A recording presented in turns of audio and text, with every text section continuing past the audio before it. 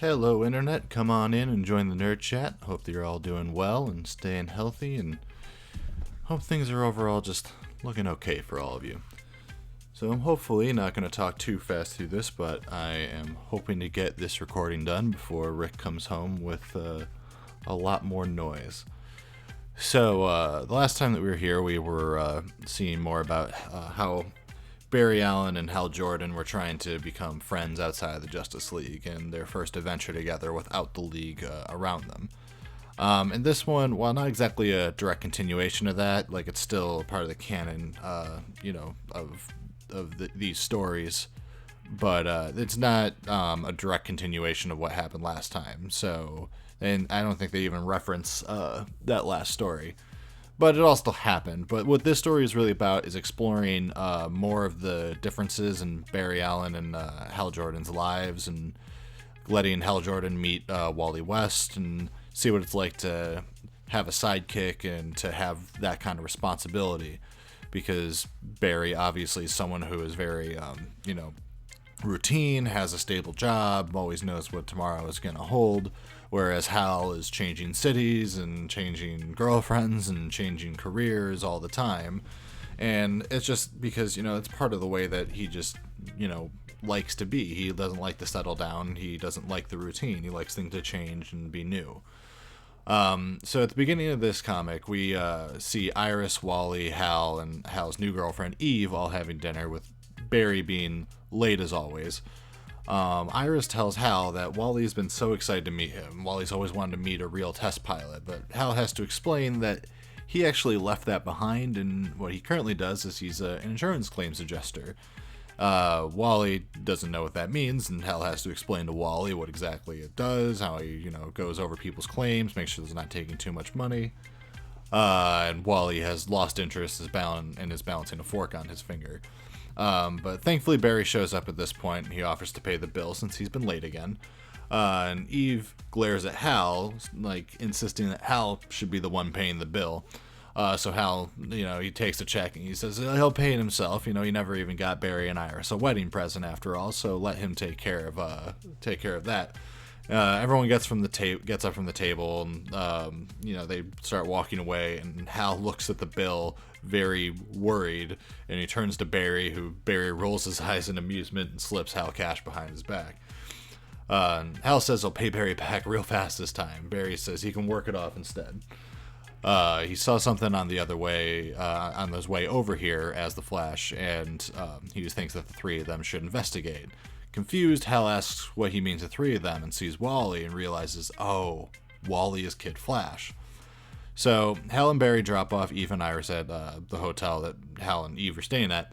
Iris obviously wants to leave and go home, but Barry asks her to stay with Eve, for a little while he and Hal go to catch up. They'll drop Wally off at home, and they'll come back for her. Iris tells Barry that he better come right back, and he says he will as fast as he can, which she says is a pretty small comfort considering it's him. So the three dive into an alley, and they drive into an alley, not dive into an alley. They drive into an alley, and Barry tells Wally that Flash and Kid Flash have some business to look into. But Wally says that Mr. Jordan can hear us, And Barry tells everyone to activate their rings as they change into Flash, Green Lantern, and Kid Flash. Wally is absolutely amazed to see that Hal Jordan is Green Lantern. And Hal asks, well, is this as cool as being a test pilot? To which Wally says, it's even cooler. Which boosts Hal's spirits quite a bit. You can see him smile over to Barry. But they move to investigate this bank robbery that Barry had seen earlier. Flash shows Green Lantern that whatever cut through this vault is very similar to Hal's ring energy. But at this moment, both Flash and GL are attacked by Mirror Master and Black Hand. So this Black Hand may look a little bit different to what most people may associate with Black Hand today, because Black Hand wasn't always a Black Lantern. There didn't always used to be other Lantern Corps and all that. So this Black Hand, what he does, he has like a gun that steals ring energy. So Hal warns the others that that's exactly what Black Hand's gun does. It absorbs ring energy. But the gun was supposed to have run dry. He thought that it was broken, but it turns out Mirror Master was able to help amplify some of the residual energy in the gun, which is why he has it now.